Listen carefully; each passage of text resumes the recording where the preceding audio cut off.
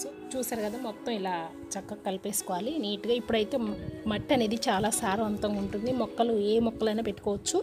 ఇలా పాత మట్టిని మనం చక్కగా మళ్ళీ దాన్ని సారవంతం చేసుకొని మనం కొత్త మొక్కలు నాటుకోవడానికైతే వీలుగా ఉంటుంది. చూసారా, చక్కగా మనకి ఇట్లా అంటుకోకుండా ఉంటుంది.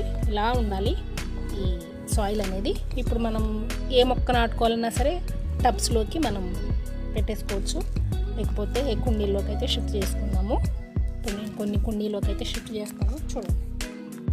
Hello friends, welcome to my channel. ఈరోజు వీడియో ఏంటంటే చూస్తున్నారు కదా, కుండీ అయితే డ్యామేజ్ అయిపోయింది. సో దీన్ని నేను మట్టిని మళ్ళీ సారవంతంగా ఎలా చేసుకోవాలంటే, మన పాత మట్టి ఉంటుంది కదా, ఆ పాత మట్టిని మనం చక్కగా మళ్ళీ ఫర్టైల్ సాయిల్గా మార్చుకోవడానికి ఏ విధంగా చేయాలనేది నేను ఈరోజు వీడియో షేర్ చేయబోతున్నాను. ఈ వీడియో చూసే ముందు మన ఛానల్ ఎవరైనా ఫస్ట్ టైం చూస్తున్నట్లయితే ఛానల్ని సబ్స్క్రైబ్ చేసుకోండి. సో ఇప్పుడైతే నేను దీన్ని కొంచెం మట్టిని అనేది తీస్తాను, చూడండి. సో దీన్ని అయితే తీసేద్దాము, ఈ మట్టి కుండీనైతే.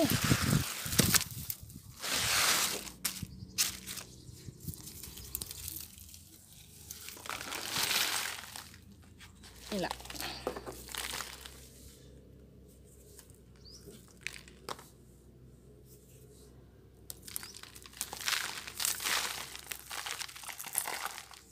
దీన్ని మొత్తం తీసేసుకున్నాము.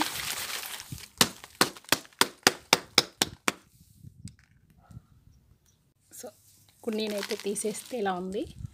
ఈ కుండీలో మనం ఏదన్నా నాటుకోవచ్చు. సో దీన్ని ఇప్పుడు మనం మంచి గార్డెన్ సాయిల్ కాబట్టి మనం చక్కగా తీసేయచ్చు. ఇదంతా తీసిన తర్వాత మీకు చూపిస్తాను. సో ఇలా తీసిన తర్వాత చూసారు కదా, ఇట్లా మనకి గడ్డలుగా వస్తే ఇంకా కొంచెం మెత్తగా చేసుకోవాలి. బాగా గడ్డగట్టిపోయింది ఈ సాయిల్ అనేది.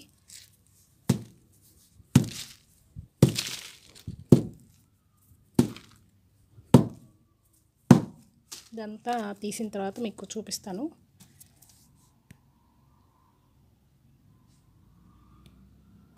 చూస్తారు కదా, ఇలా మనం చక్కగా ఈ గడ్డలు లేకుండా చూసుకొని ఇంకా మెత్తగా చేసుకోవచ్చు. ఈ మాత్రం అయితే సరిపోతుంది.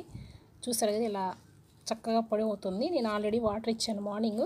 సో ఇలా మనం మట్టి ఇలా చేసుకోవాలి. ఆ తర్వాత సో ఇప్పుడైతే దీనికి మన పశువుల ఎరువు ఏవైతే ఉందో అది కొంచెం వేసుకుందాము. సో ఇదైతే నేను వేసేస్తున్నాను.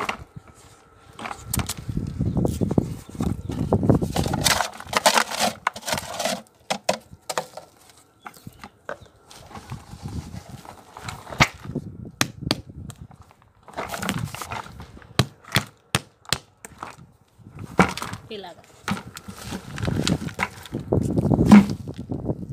ఈ పశువుల ఎరువునైతే కలిపేసుకున్నాము.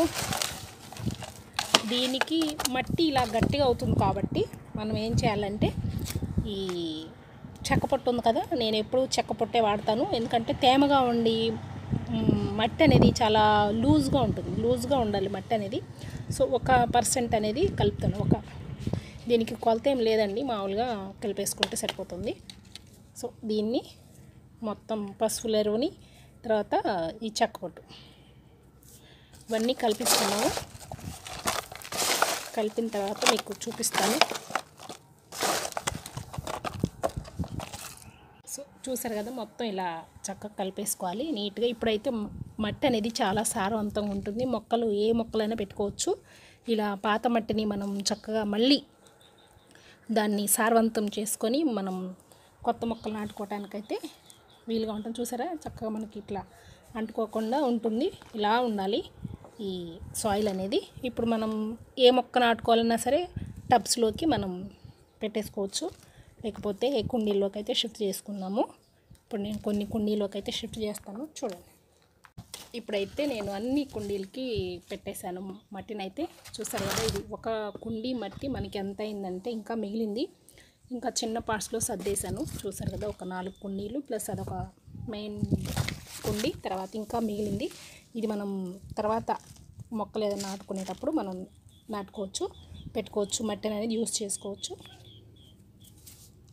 సో ఇది ఇవాల్టి వీడియో. పాత మట్టిని మనం కొత్త మట్టగా తర్వాత ఫర్టైల్ సాయిల్గా ఎలా మార్చుకోవాలి అనేది ఈ వీడియోలో మీకు షేర్ చేశాను కదా. పాత మట్టిని పాడేయకుండా ఎలా యూజ్ చేయాలో ఈ వీడియోలో మీకు తెలిసిందనుకుంటున్నా. ఈ వీడియోలో ఏమైనా డౌట్లు ఉంటే మీరు కామెంట్ సెక్షన్లో కామెంట్ చేయండి. So thank you for watching. Bye.